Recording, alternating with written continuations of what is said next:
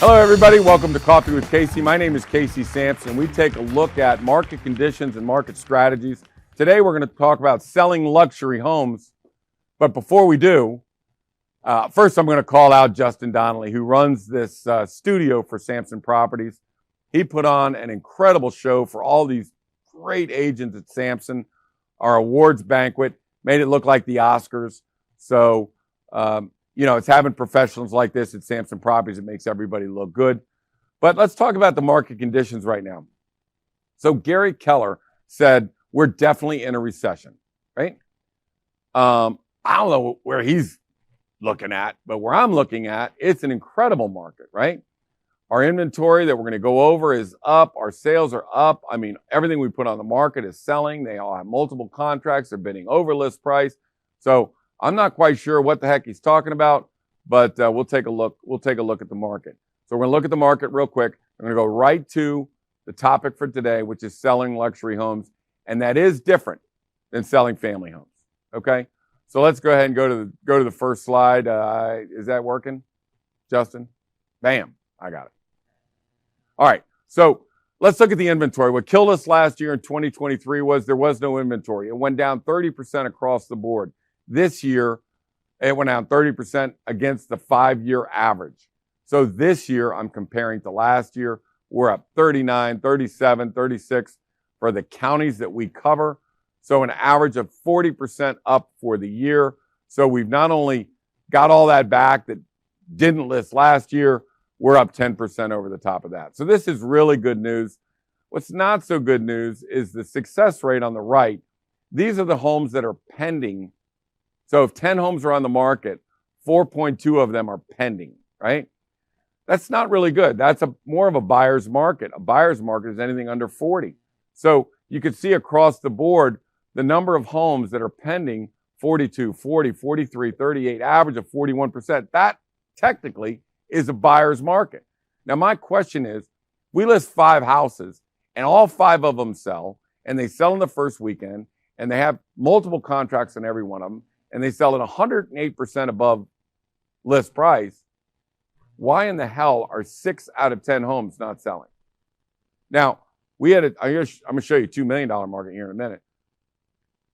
It's awful. And yet we had 11 contracts on a $2 million house. 11. And you got a ton of houses just sitting there not selling. So I don't know what's going on the right side of this with the success rate. That's just odd. There's your chart for inventory. There's your chart for the success rate, and these are by county. But we also look at the cities. So Vienna's way up, right? We were down 40% last year. We're up 78%. And then on the right, you see the success rates. Haymarket has been dragging behind, but they finally caught up. Now they're at least at 0. But you can see some markets are doing better than others. Some inventories are doing better than others. But the success rate, again, disappointing 43%. And what we're going to talk about today is every house we put on the market is going under contract with multiple contracts. So we're going to talk about how that happens and why that is. But I'm going to focus on the luxury home market. All right. Let's see what else Julie has for me here. What other chart have you got? Come on. Boom. All right. That's just a chart that's showing you that some areas are doing a little bit better than others. So realtors, why is this important? I need to know when I'm putting a house on the market, are most of the houses under contract? Are they available? Are they not selling? How is the market? What are the market conditions that we're getting ready to walk in and sell on? Is it a buyer's market? Is it a seller's market? You need to let the sellers know. Let's just say, for example, that 70% of the homes on the market, or let me stop. I'm going to show you a chart here in a minute. Let's say that 86% of the homes over $2 million in Vienna and Oakland did not have a successful launch, are not under contract in the appropriate period of days, are sitting on the market, have 100 or 200. So when we go into that market, we're going to launch a house, $2 million, in that market. And I will guarantee you it's going to sell in the first weekend. There'll be no home inspection. We're going to sell it probably $150,000 to $200,000 over list price. So how can you guarantee that house is going to sell? when the market is so weak. So more and more, I'm starting to say, screw the market, because we are our own market. If we put on 5 $2 million homes and they're all selling $185,000 over list price, then I'm like, yeah, I don't know if everybody's doing it right, but this is the proper protocol. And I'm less and less concerned about the overall success rate of an area. So let's talk about the first thing about luxury homes. Pick up the Sun Gazette newspaper and you'll see people with big $2 million homes, $3 million homes, 150. Well, some of the most featured agents, the biggest name agents we have in my market, which is Vienna Oakton, one of them is always in that newspaper. Last year, they listed $48 million. They sold $21 million, which means that they had, 27 million did not sell. More homes did not sell than sold. Their days on market was 200. Now, the reason I'm putting these things up is because when you talk to somebody in the luxury home market, let's say in our market it's 1.7 to 2.5 million, okay? They're going to want to talk to a couple different agents, and they're going to hear different information from different agents, right? So a seller needs to authenticate. They need to authenticate that whoever's giving me advice, see that bottom one, it's 48 million, and they listed 48 million and they sold 49 million, and the days on market was 9. You would probably put more credibility on the advice of that agent than you would on the agent that is put on $60 million, sold 20 million, and they were setting on the market for 201. You need to authenticate the data that you're getting. Billy is putting this house on the market for $2 million tomorrow, and an agent is reading in the riot act because he's doing it wrong. So we looked at her stuff, 60% of her stuff doesn't sell. So again, when somebody tells you something, you need to authenticate. Now, this is extremely important. Once you've authenticated that whoever's talking to me and telling me that has a great track record, listen to them. Trust them. I know what you read or what you heard or what your neighbor said or whatever else. You got to trust them. You got to say, hey, man, we had one seller just give us the keys, gave Morgan the keys and said, I'm going to Key West. Do whatever the hell you want. Try and give me 1.9 million. So Morgan went in, she painted it, fixed it up. We sold it for 2.15 million and sent him a check. And every time we had a contract, we just send it down and he'd sign off on it. So you need to authenticate and trust whoever you're talking to, okay? And there's not a person on that list down there. You'll see Ferris and Johnny and Morgan and Kelly and Billy and Colby, Laura and Pam. Whatever they tell you, trust me, that's, when Morgan says you got to paint this house, you have to paint this house, right? So you need to be able to trust the people that are telling you what's the right and what's wrong. So in order to do that, you need to know what's right and what's wrong. Well, we are realtors. We put every listing in the MLS, and MLS tracks every listing we have, every day on market, every failure, every canceled or expired, every sale, every pending. It's all on there. All right. So let's go to, this is the market we're getting ready to sell in. This is a $2 million market. This is a luxury home market in Vienna and Oakton. And you see all the reds over there. Those are actives. The top, 15 or 20. There's 21 houses that you're looking at here. So that right next to the status, and you'll see A/C. What that means is it's active, but it has a contingency. In other words, they need a home inspection. They need a home sale contingency. They have some contingency on there that's not letting them say, as long as it has an A on it, you can still show it. And you can still bring in contracts. You can still ratify contracts. So I don't look at the A/C as being a success story at all. The pendings, those are 5 pendings. A couple of them have been on for 80, 90 days, 50 days. So there's 3 homes that have been on and went pending in 5 or 6 days, okay? Well, the middle one right there is called Verna, and that's the one that Billy sold. And if you look over here on the far right, you'll see the percentage of assessment. Now, if you can't read it, I'll read it for you. The first pending is on Marshall Lake. That sold for 105% of assessment. The one Verna sold at 121% of assessment. Now, that's a little deceiving because Billy got $200,000 over list price. Settles today. We can announce it. $200,000 over. That house had 11 contracts and sold $200,000 over list price. So I'm guessing that's going to put it somewhere at about the 131 range. So the other ones are selling at 105. He sold at 131, and he had 11 contracts. So this is a seller. When you walk into a luxury home market, here's the problem. Agents are so excited to get a $2 million listing, they don't want to mess it up. They don't want to come in and they don't want to tell a seller what to do on that house, right? But if it's got yellow paint, got to paint that house. If it's got a problem, we got to fix that problem. If it has a street behind it, and they go, yeah, that street doesn't bother anybody. Yeah, it does. Yeah, that's a discount. It's called a lot discount. And you need to take that into account. You need to say, hey, man, customary for this house is X dollars, but that road is a problem, and we need to fix that road. So we'll talk about that here in a minute, but in the pricing section. But so based on this, theirs are going to, the only successful ones in this market are selling at 105 and 104, and ours at 130, 131. Okay. So how is it we can march in to launch a listing this afternoon coming soon and say, guarantee it's going to sell over the weekend. Guarantee I'm going to get you the settlement when you're settling on your new house by, when is it, Billy? April 12th. We're going to have you at settlement before then. We're not going to have any home inspections. We're not going to have any of that stuff. And our goal is 2.1 to 2.2.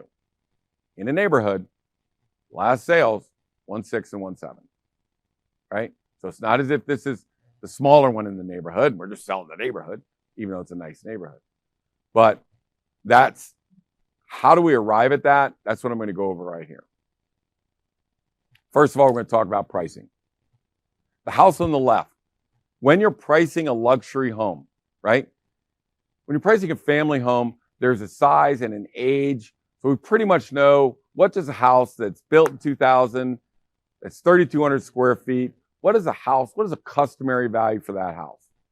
Got it. Before I start on this pricing, let me just be very clear on this. Before you do anything on pricing, you need to validate and authenticate what the assessment is, right? This is very important, right? The assessment could be wrong. And if the assessment is wrong, then it could throw everything off on your pricing. So you need to say, house on the left was 5,000 square feet. It was built in 2001.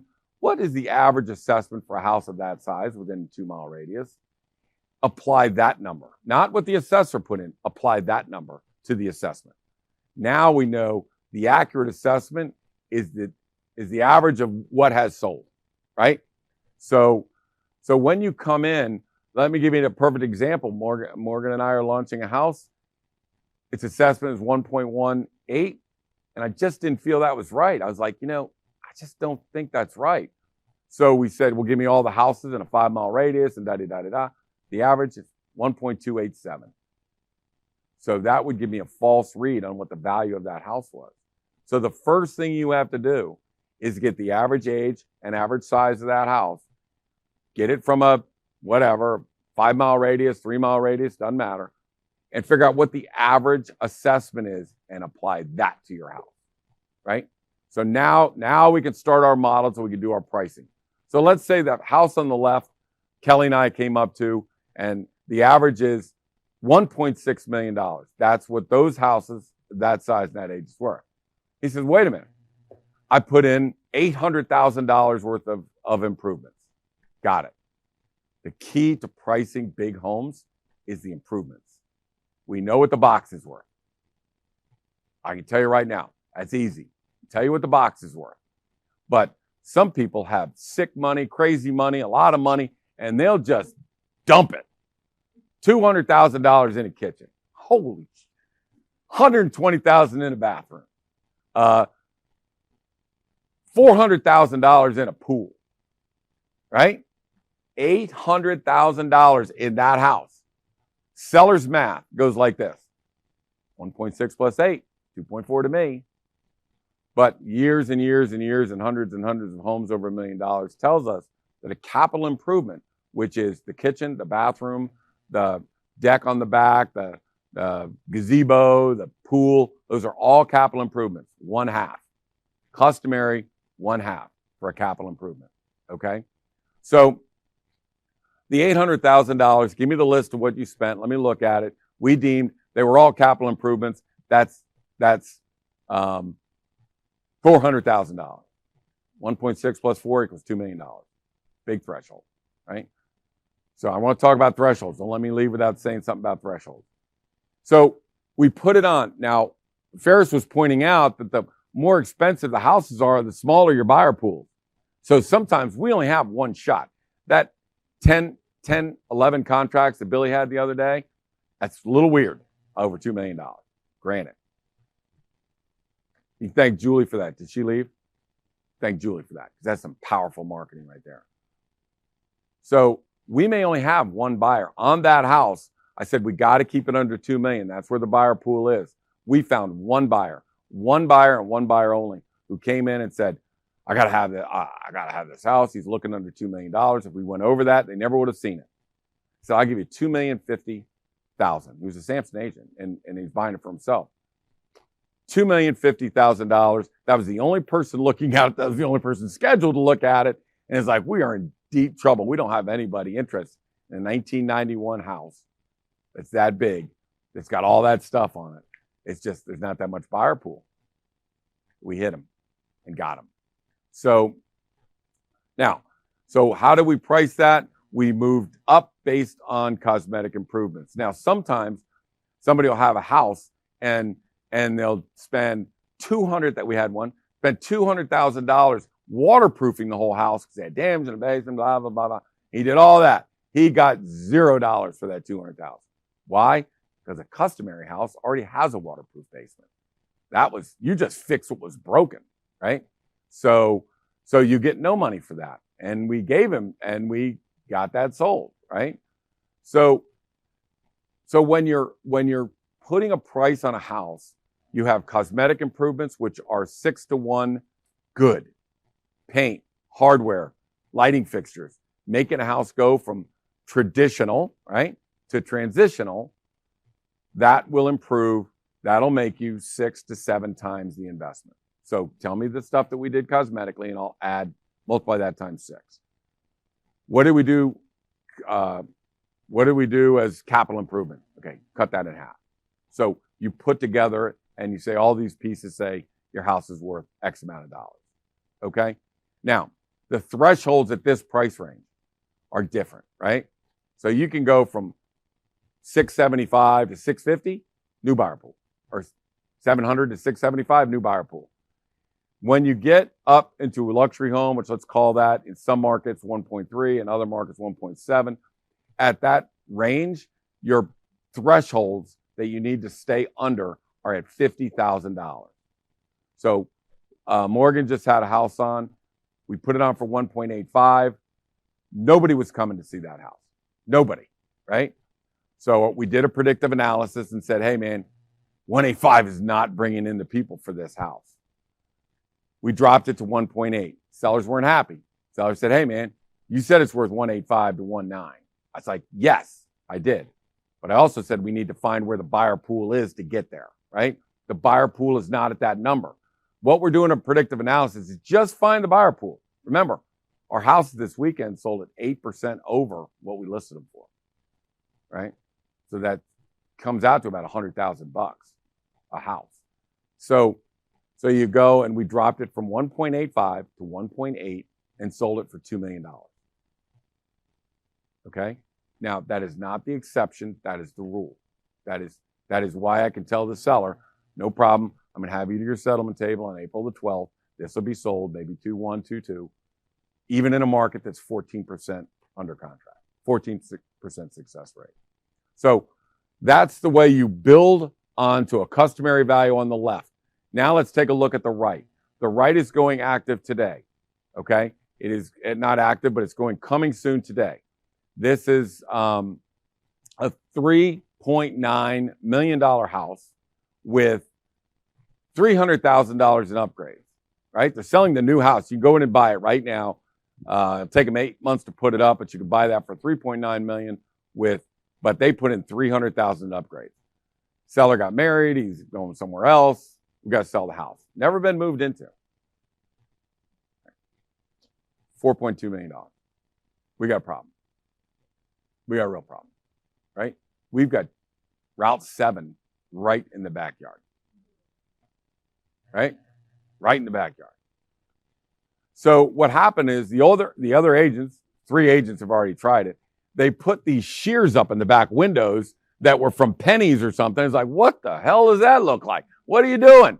They're trying to hide that there's Route 7 is like right there. I can see the cars. I said, this is a problem. It's not a $100,000 problem. This is a problem, right? So here's the deal.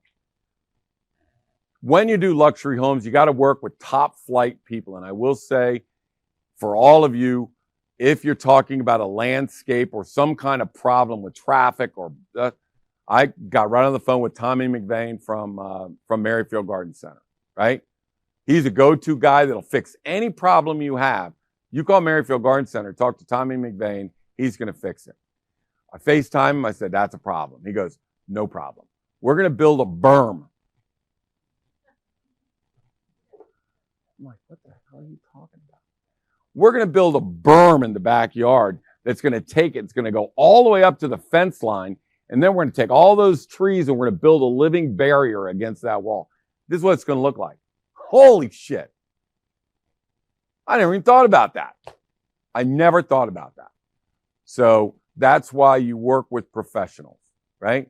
So on that house, I still have it in the backyard. We still have to deal with it. Let's take 3.9. We're going to go off at 3.45. That is $500,000 less. Maybe $700,000 less than you could buy it new. Put a price on what that street, what the damage of that street is, right? So step 1, put it on at a price that's going to make the buyers feel like this is the greatest deal they're ever going to have. So then you spend $75,000 or $100,000 on this berm. If you're spending $3.4 million, 75 grand is in your checking account, right? Build the berm, put the trees up, have Merrifield Garden come in here and dump $100,000 in your backyard. That goes away. That goes from the biggest eyesore of all time to one of the coolest looking things you could have. A berm that has cryptomeria on it, has a waterfall in it, has all this great, see what I mean? So then the sale now sounds something like this. We're not trying to hide it with shears. We're saying, look at what a berm would look like in the back with this kind of stuff that Merrifield Garden can do for 75 to 100, right? So that'll mitigate it. You're going to get the house for $3.4 million, which is basically $800,000 less than you would if it was new. And you could fix it for 75 to 100. You net $700,000. So sometimes we're not going up, sometimes we're going down. So how far down do we have to go?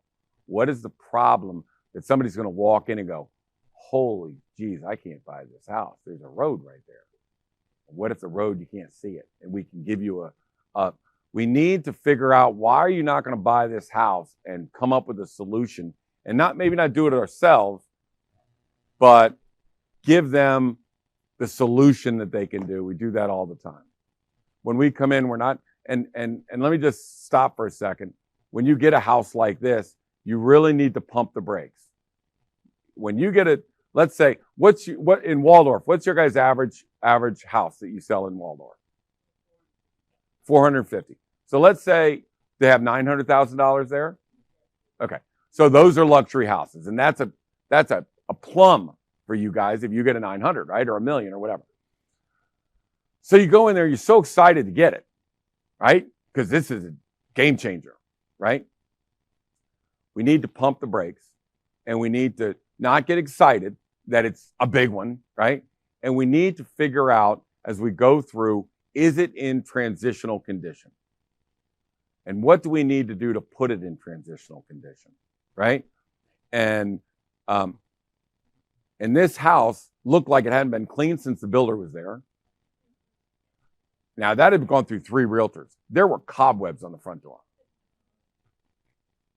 Clean it, get everything perfectly set up, come up with a plan for the backyard, price it accordingly so we can make it a deal. Now launch that sucker. And when people come in, we're going to tell them you're going to buy this house at about $800,000 discount. And I'm going to give you a solution to how to fix that in the backyard. So, you know, if you want to live in a $4.2 million house for $3.3 or $3.4 million, there's your house, right? It's going to launch today. So we didn't get excited about having this big house in McLean. We got thoughtful about what's the problem. And then I always say on my team, we have a motto: the truth will set you free. Okay? The truth will set you free. So you just got to tell them the truth. We got a massive problem here, man.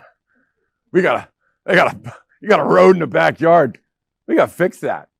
We got to price it, and we need to fix it, right? And not only that, but you got a master bedroom back there too. So we really need to fix that back there. Okay? That's Route 7. And it can be a problem unless we fix it. Okay? So when we talk about pricing, it is all about upgrades or discounts should there be something there, some reason why somebody wouldn't buy the house. So let's figure out what's the reason they wouldn't buy the house. Let's come up with a solution for it. All right. So, let me go back. So home prep, right? So they want it to look like this, okay? This is Edgecombe. This is Revere pewter walls. Maybe a little, what's your little greeny thing? Oyster Bay, little Oyster Bay in some of the rooms. That house on the left, we walked into, and it had a problem. It's a nice house, but the backyard was very small. It wasn't back into a road or anything. It was just really small. It was only like 20 feet, right? And there was an easement back there. So we're in here, and it's a big house. That was 6,600 square feet above grade. And Morgan was with me on this one, and I'm like, oh, please, please, please don't say we got to paint this damn house. This is a big house. So as you see me praying over here, the seller's praying too. He's like, oh, please don't tell me I got to paint this damn house. Morgan's like, oh, yeah, we're going to paint this house. Yeah, we're going to paint this house. I just painted it 2 years ago. Yeah, it's yellow. It's going to show terrible. And the thing about it is, let's say we have two houses. One is perfect, has everything, has big backyards that have gazebos. One that's coming on today, that one that I sold, we're gonna put on for $2 million. It's gonna sell for 2.2. At everything you could ask for in that house, and those walls were tan, right? If we did Edgecombe, yeah, you're gonna get more money, but I got an April 12 deadline. I got to get this thing done. And there was so much good stuff about the house that screw it, leave them alone. But on the Drew Lane, you know, Morgan is saying we got a small backyard. We really got to make the house shine. It's going to look 10 times better. We do it. Okay, there we go. $8,500 in paint. Look awesome. Sellers have sent us, I don't know, 2 or 3. I would say 2 or 3 clients have come to us from that seller because they were so impressed with how well the home looked. And we really weren't going to get contracts unless we made it look spectacular, right? So she made it look spectacular. We got 2 contracts, which is lucky. The first contract kicked out. The second contract was right there. So not only did we have 1 contract, we had 2 contracts. We never really would have had it unless we had painted the damn house. You know what I mean?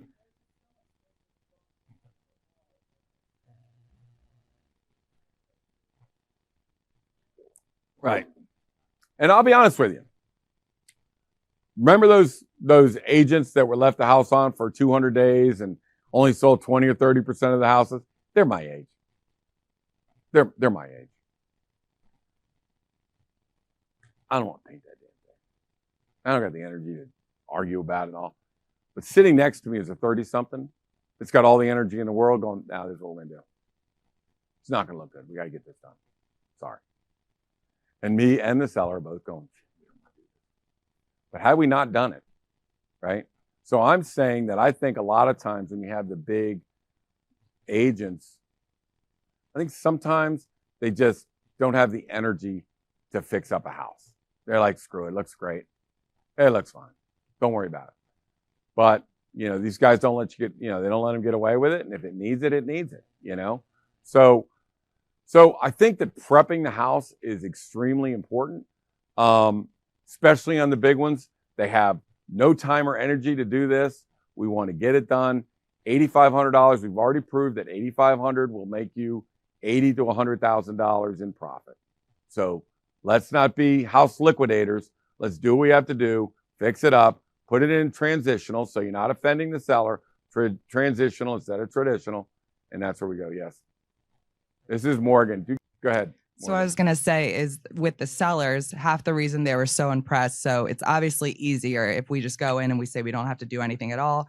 We don't have to be a project manager. But so we take on this. We all of a sudden have to manage all of our contractors. That was one of the reasons that they were so impressed with us. So that's why they keep sending us business. Being able to show them that we can get people in there, take care of whatever needs to be done is why that they just keep referring people back to us. Right. Yeah. And let me just say how important this is. In last week's show, I don't know if anybody saw it, but last week's show was sellers can't afford to leave $50,000 to $100,000 behind when they sell their house. And what happened was we were going in and talking to a seller. She was going to assisted living. Ashby Ponds had recommended she talk to an agent from Long and Foster. It's like, that's fine. Talk to somebody else. And then I looked at the track record of the agent that was coming in. All the homes sold for between 104 and 109. And they looked awful. None of them had been painted. None of them had been carpeted. It just looked awful. So I was like, wait a minute. If you just, we know that you can go from old to current for 1% cost of that house, right? $7,000 if you're on a $700,000 house. But the return, our house sell at 120 plus, hers sell at 104. So, there's a 16, 17% difference between putting in 1%, fix a house up, and selling it correctly and get the big amount. So 1% in, anywhere from 6% minimum to 12, 13% over list price. So I saw all these people going to Ashby Ponds and getting, in my opinion, because an agent was a liquidating agent, she was leaving $100,000 on the table on almost every deal. Very upsetting. Very, very upsetting. Now that lady did decide to go with us, I'm very thrilled. But I'll tell you why I'm thrilled. Not that I got a listing, but I'm just going to save this lady about $150,000. Because if that agent talked her into liquidating that house, she was going to lose $150,000. Now, I don't know, any of you that are priced, assisted living, it's $8,000 a month. It's expensive. So for those of you that don't have to do it yet, it's expensive. So that is. And so the thought of, and of course, we've got a 96-year-old mother-in-law that we're taking care of. And to think that she would lose $150,000 just kills me, right? So very, very upset, did a whole show on it. But we as realtors can't be liquidators. We need to go in and be professionals and say, here's what we need to do to take it from this to that. And I swear, if we put in 0.5% or 1% of the cost of the house, we're going to get back 6 or 7%. I understand not everybody has that money. Yeah, Billy, can you grab the mic? This is Billy Samson. Is this on? All right. Yep. That's very loud. I just want to say we sell a lot of 2 million, 1.8, 1.7. We also sell a lot of 600s. And it's the same thing whenever we go into a Sterling home or a townhouse in South Riding. If you put 3 or 4 or 5,000 in, you're going to return back 30 to 50. So we do work in price points. Many of us don't work in at Samson, but even going into a 500,000 townhouse in South Riding or whatever, or it's priced at 750 now or 800. The rules are the same, right? So a 2 million, you might have to sink 15,000 in, and you're going to return 120, 100, whatever it is. But even at the smaller price points, 600, you put 3 or 4,000 in, you're going to return back 25 or 30. Now, so here's why it's important to authenticate your track record to a seller. If they trust you, they'll do it and make the money. If they don't trust you and don't do it, they're not going to make the money. So it's up to us to make sure they have the confidence in what we say, that I can show them deal after deal after deal in their price range, in the 2 millions, in the 1.6 millions, in the 600,000s, whoever I'm talking to, we can show them examples of people that put in a little bit of money and got back a lot of money. So this is really very, very important. You've been listening to Coffee with Casey. Today we've been talking about selling luxury homes, the things you need to do in order to sell a luxury home. There are hundreds of thousands of dollars at stake. In markets we sell in, sometimes there's only 14% of the homes sell in the proper time and for the proper value. So it's important to stick with protocols when selling luxury homes, and that will make your clients the maximum amount of money. My name is Casey Samson. This is Coffee with Casey. You can go to CaseySamson.com, listen to the podcast on all the shows for more information on the real estate strategies and market conditions. Julie does a great job of putting it on. We'll see you again next week. Thanks.